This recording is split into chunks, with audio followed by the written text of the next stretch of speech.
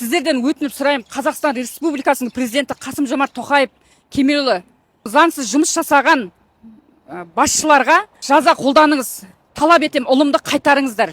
Басқа біреудің иіні тұр, басқа факультеттің аты тұр, 99 жылғы баланың иіні тұр. Олар айтады, біздің ешқандай кінәміз жоқ дейді. Алматы қаласында студентті армияға әкет қалған заңсыз, қазір менің алдымда тұрған ата-анасы бізде мынандай жағдай. Студент госэкзамен тапсырып жатқан жерінен, то есть қазір осы айдың соңына дейін жалпы бала госэкзамен тапсыру керек. Бірақ та бала армияда, сіздер түсіну үшін бала очно оқиды, 4 жыл оқыған, құжаттарының бәрі қолымызда. Бала ұсталған уақытта өзінің студент екенін айтқан, ЕГОВта барлық құжаттары тіркелген. Қазақстанда бізде студенттер оқу бітіргенше заңмен қорғалған негізінде. Сосын көп жерде студенттерді армия алып кетпейді деп жатады. Бұл жағдайда міне сіздерге ашық, былайша айтқанда Қазақстанда аграр университетін студентін қалай әкет қалған. Қазір анасы сөйлейді. Тәте, қараңыз, сіздің балаңыз студент. Студент. Аграр университеті. Аграрный университеттің 4-ші курс студенті. 22-сі 5-ші айда ол бір госэкзамен тапсырды. Онан кейін 8-і 6-шы айда 2-ші госэкзамен тапсыру керек болатын.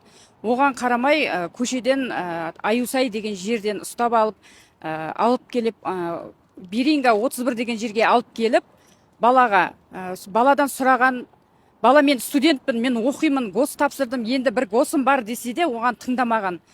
Содан маған звондады, 13:45-те мен ұстап алды деді. Онан кейін телефоны өшірулі болды. Мен қайта звондап ала алмадым. Қаншама жерге шықтым, ала алмадым. Онан кейін бір ЕГОВтан қарап, номер тауып соған звондадым. Осындай балам студент деді, ұстап алды деп айтты. Онан кейін хабар жоқ, не болғанын білмеймін деп аты жөнін айттым. 5 минуттан звондаңыз деді. 5 минуттан қайттан звондадым. Звондаған кезде балаңыз Беринга 31-де қазір келіңіз деді.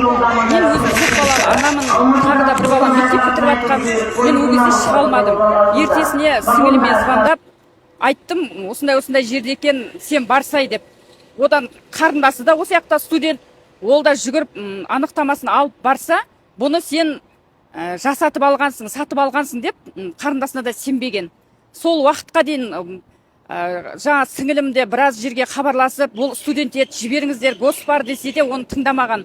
ЕГОВта студент екен тұр ғой барлығы. Иә, тұр. Қазіргі таңда міне аграр университеті ішінен оқу бөлімінің басшысымен бір мұғаліммен жалпы сөйлесіп шықтық.